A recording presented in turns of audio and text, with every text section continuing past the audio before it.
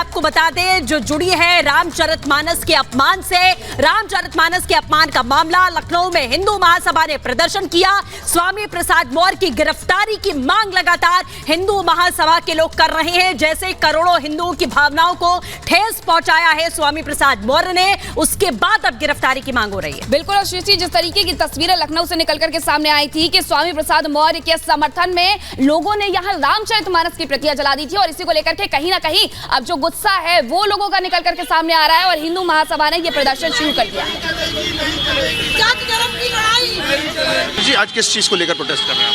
आज श्री रामचरितमानस पाठ जो हम लोग करते हैं, करोड़ों सनातनी उसके इज्जत करते, पवित्र धार्मिक ग्रंथ है हमारा, उसको लेकर के आज जो कल एक घटना घटी उसकी प्रतियों को जलाया गया, रामायण को जलाया गया, पूर्व में स्वामी प्रसाद मौर्य के द्वारा उन्हीं के समर्थकों को इस तरह कर किया गया।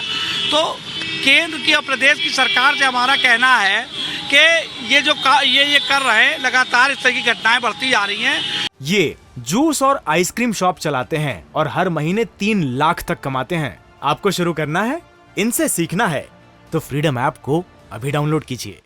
जो लोग सत्ता से बेदखल है, तो वो लोग सत्ता से जो बेदखल है वो सत्ता में आने के लिए हिंदुओं को बांटना चाहते हैं, जिसके द्वारा हिंदुओं को बांट करके वो सत्ता में वापसी कर सके। स्वामी प्रसाद मौर्य का जो कुकृत्य है, इनके गुरुओं द्वारा जो किया गया कुकृत्य है वो अक्षम्य है, सांघिक अपराध है। आईपीसी की धाराओं के अंतर्गत इनके विरुद्ध मुकदमा दर्ज करके इनको गिरफ्तार करके जेल भेजा जाए और ट्रायल हो और सजा हो इनको। देखिए, साफ तौर पर ये लोग यहाँ पर हैं जो प्रदर्शन कर रहे हैं, इनका खुद कहना है कि इस पूरे मामले में कहीं ना कहीं इस पूरे मामले में जो जल्द से जल्द इसमें सुनवाई हो और उनको सजा होनी चाहिए। बिल्कुल, तो ये विरोध प्रदर्शन की तस्वीरें आप लगातार देख रहे थे, लोगों के बयान सुन रहे थे। सिर्फ हिंदू महासभा नहीं, रामचरितमानस के अपमान पर तमाम साधु संतों ने, राजनीतिक दलों ने, आम जनता ने लगातार देश के अलग अलग हिस्सों में प्रदर्शन भी किया और बयान भी सामने आए हैं। किसने क्या कहा, आपको रिपोर्ट के जरिए दिखाते हैं। समाजवादी स्वामी प्रसाद मौर्य के इस तरह की भाषा के बावजूद जो उनको राष्ट्रीय महासचिव बना दिया गया। आप जानते हैं उनके पास कहने को कुछ बचा नहीं, सब फ्रस्ट्रेटेड लोग हैं, चुके हुए लोग हैं, जनता ने बुरी तरह नकार दिया है। केवल सामाजिक वैमनस्यता फैला करके वो अखबार में आना चाहते हैं। जनता उनके असलियत को अच्छी तरह समझ चुकी है। रामायण ये महर्षि वाल्मीकि की जगत को देन थी। गीता ईश्वरीय संदेश महर्षि व्यास द्वारा दिया गया। भारतीय संविधान अंबेडकर जी ने प्रभु राम जगत जननी सीता के चित्र के साथ प्रस्तुत किया। राम का, रामायण का, रामचरितमानस का अपमान यह अनुसूचित समाज का, जनजातीय समाज का, ओबीसी समाज का भी बहुत बड़ा अपमान है। इसलिए मुझे ये लगता है राम सबके हैं, राम जन जन में है, जन कन में राम है।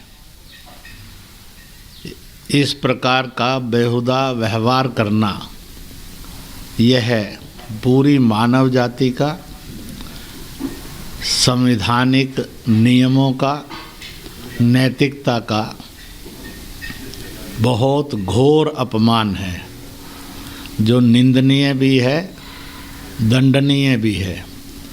मुझे ये लगता है उनको अपने कर्मों से दंड तो स्वयं ही मिलेगा, और इसी के साथ साथ यह।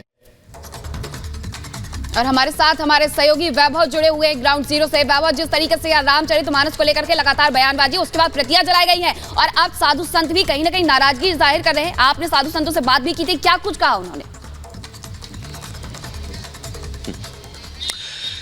देखिए, श्री रामचरितमानस को लेकर जब से इस विवाद की शुरुआत हुई है, इस विवाद की शुरुआत से ही न सिर्फ साधु संतों में बल्कि पूरे देश के अंदर आक्रोश है।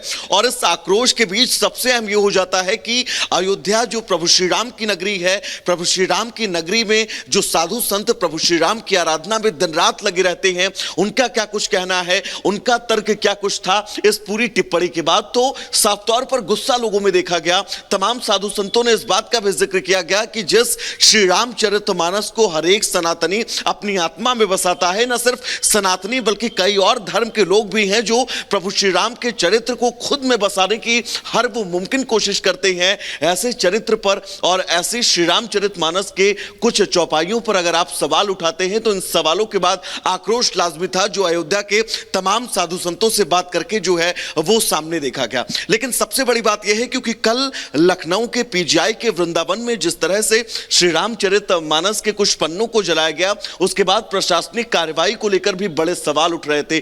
प्रशासन ने सख्ती से कार्रवाई करते हुए 10 नामजद लोगों को गिरफ्तार किया गया है, जो ओबीसी महासभा के बैनर तले कल लखनऊ के पीजीआई के उस इलाके में पहुंचे थे, जिस इलाके में पहुंचने का उन्होंने पहले ही आह्वान किया था। और सबसे अहम यह है कि जिस पोस्टर के तले ये पूरा कार्य किया गया, उस पोस्टर में स्वामी प्रसाद मौर्य का जो है वो तस्वीर जो है वो चस्पा थी। जिसके बाद मौर्य से बात भी हमने कोशिश की बातचीत करने की, उनसे सवाल भी पूछा गया कि जब श्री रामचरितमानस के कुछ पन्नों को जलाया जा रहा था तो ओबीसी महासभा के लोग जिस बैनर के तले इन पन्नों को जला रहे थे उसमें आपकी तस्वीर भी चस्पा थी, तो वो कहीं ना कहीं से उस प्रतिक्रिया को लेकर सहमति देते हुए नजर आए। और उनकी सहमति के बाद बड़े सवाल उठ रहे हैं और इन सवालों के बीच ये बहुत ज्यादा जरूरी भी हो जाता है कि आप अयोध्या में उन तमाम साधु संतों के बीच पहुंचे जो श्री रामचरितमानस का हर दिन अध्ययन करते हैं,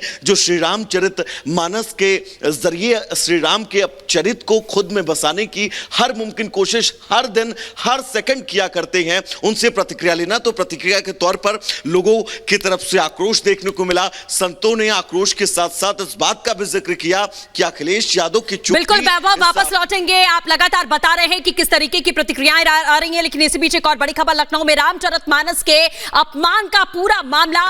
ये जूस और आइसक्रीम शॉप चलाते हैं और हर महीने 3 लाख तक कमाते हैं। आपको शुरू करना है, इनसे सीखना है, तो फ्रीडम ऐप को अभी डाउनलोड कीजिए।